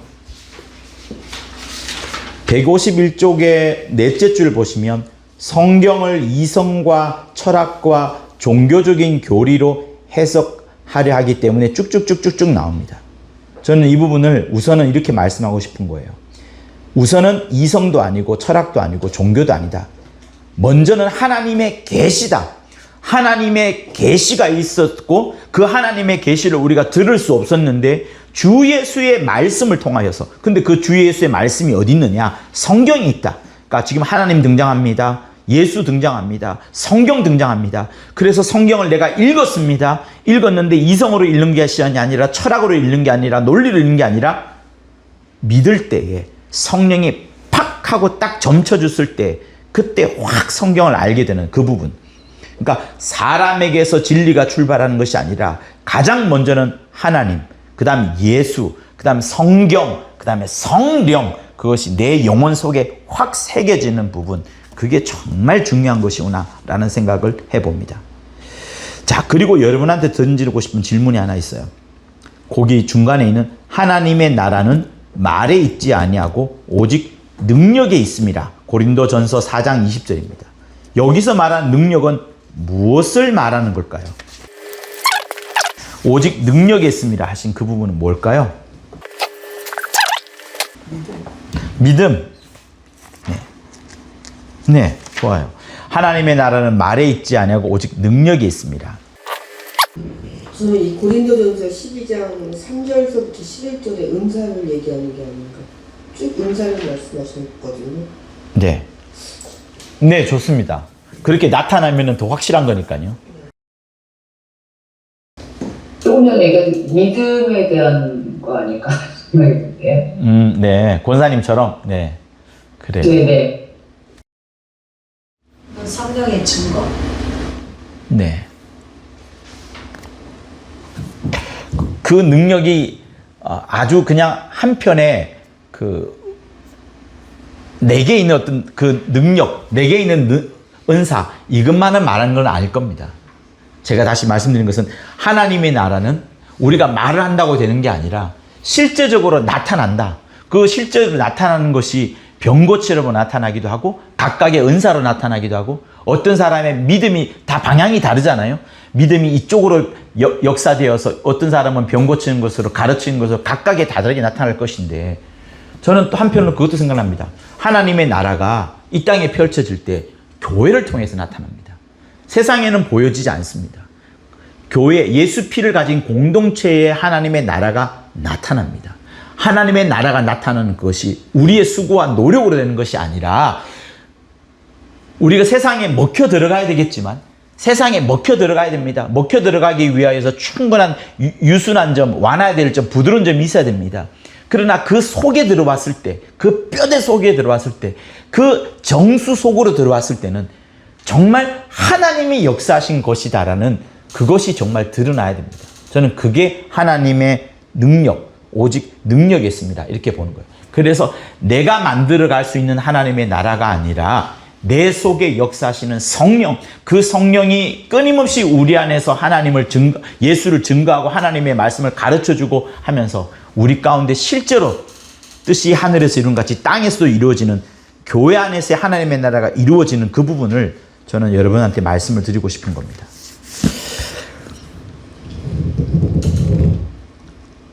네, 이렇게 해서 마칠 거로 할 건데요. 153쪽의 맨 아래 부분 한번 볼까요?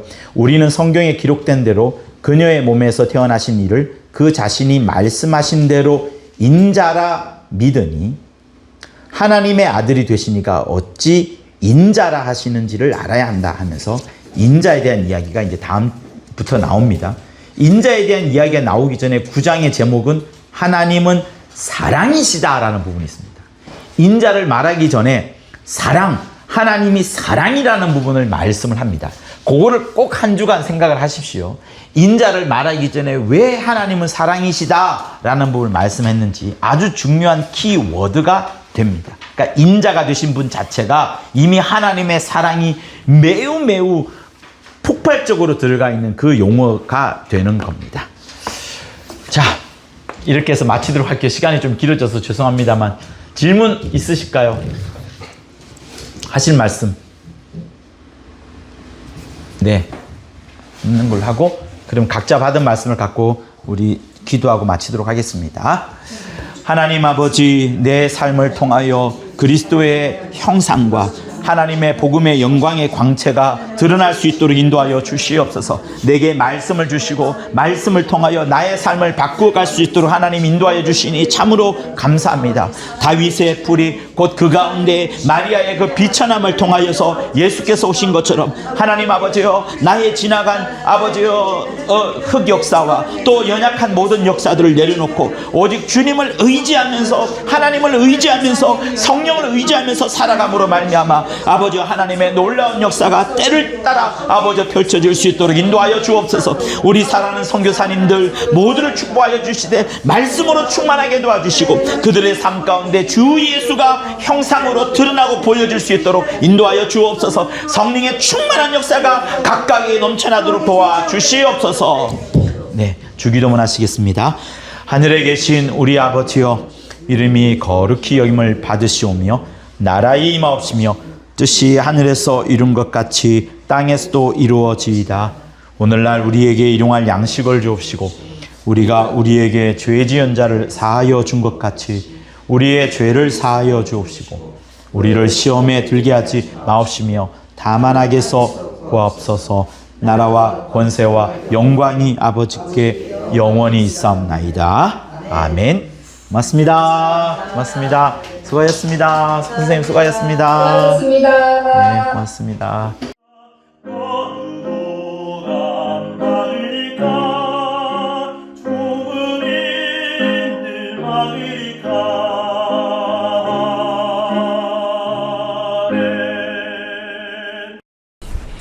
구독과 좋아요는 저한테 큰 힘이 됩니다. 고맙습니다.